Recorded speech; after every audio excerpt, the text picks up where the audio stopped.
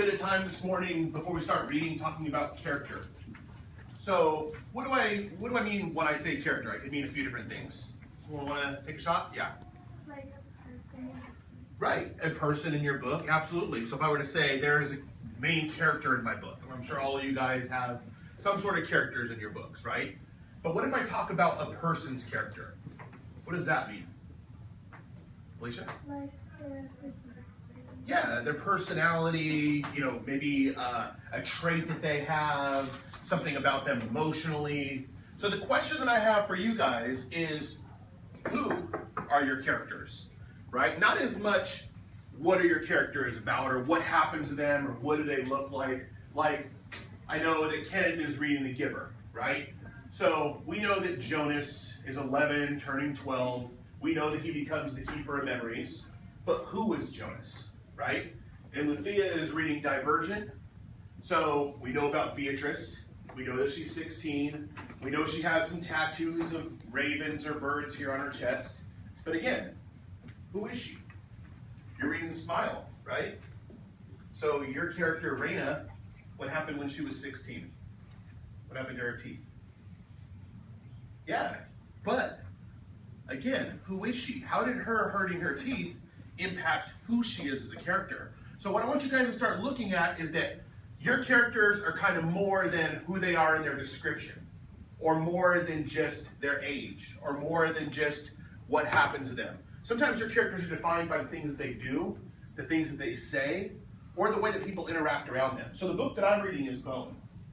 And I picked, even though I have another favorite character, I picked Phony Bone because he just got kind of a far out personality. I think he's funny, and I'll let you guys think of what you think about him and his character. So I gave you guys a few little sections. So in one scene, I wanted to blow it up, but our projector, I don't know how to get it to work. In one scene, Phony Bone is introduced to this little bud named Ted. And here comes Ted, and Ted says, "Hi, I'm Ted, I'm a bug." Phony Bone's response, "Spare me the details, friend. I'm looking for a guy named Phony Bone." So right away, what do you guys start to see about the kind of guy Phony is? Someone take a shot at it? Mark, what kind of guy is Phony?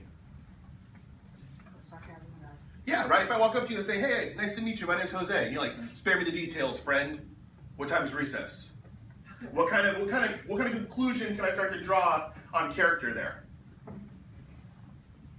What do you think?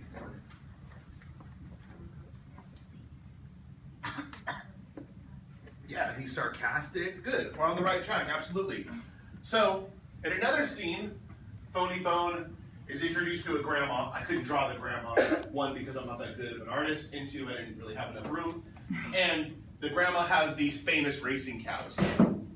And she offers him, "Hey, do you want to ride one of my cows?" And his response is, "No, I don't want to ride one of your stupid cows."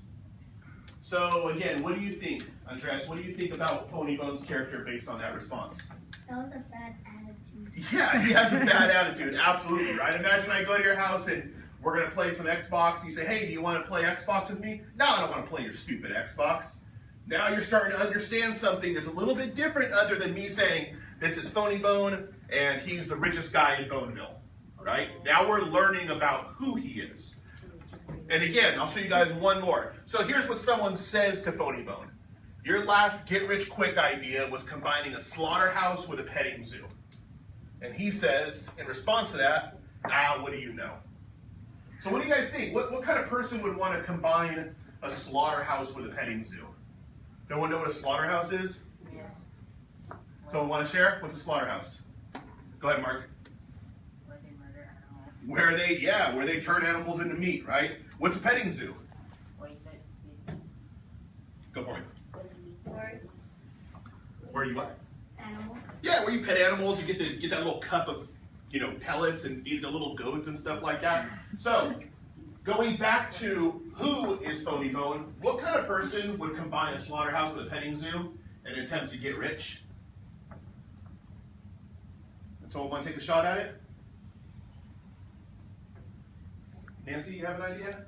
Why do you think he would do something? If someone's willing to say, in the same place that little kids can play with animals, I'm going to take those animals and use them to make meat later on, to make money. What kind of person do you think Phony Bone is?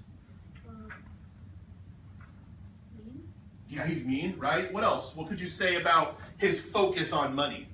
His focus on getting rich?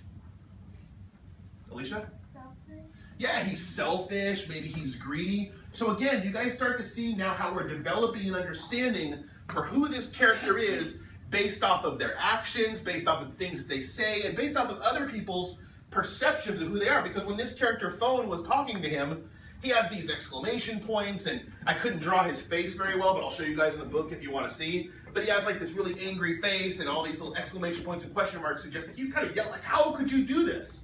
So what I want you guys to do is, as we're reading today, I'm going to pass out some Post-its, once we kind of sit down and start reading, and just start looking for places where you think something about your character's character is defined. Who are they? More than what they are, who are they?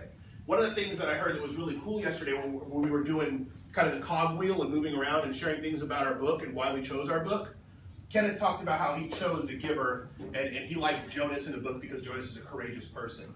So then maybe you can find a section in your book where you'll tell me something about what makes Jonas or Katniss Everdeen or any of these characters that you guys are reading about stand out to you. Does anyone have any questions on that at all? Okay, cool. So we'll go ahead and start moving into reading, and then, like I said, I'll pass out some Post-its and start looking for areas. And again, these don't have to be your favorite characters. Like, I dislike Phone Bone. I think he's kind of funny, but I don't like him as much as I do the grandma or Phony or any of these other characters. Oh, excuse me, I like Phone. They're all like Phone, Phony. There's a bunch of names that all sound the same. I dislike Phony. I like Phone a little bit more. But Phony stands out to me because that's kind of a wild, greedy, sarcastic guy. So it doesn't have to be your favorite character. It could be the character you dislike the most in the book. But maybe think about why. All right,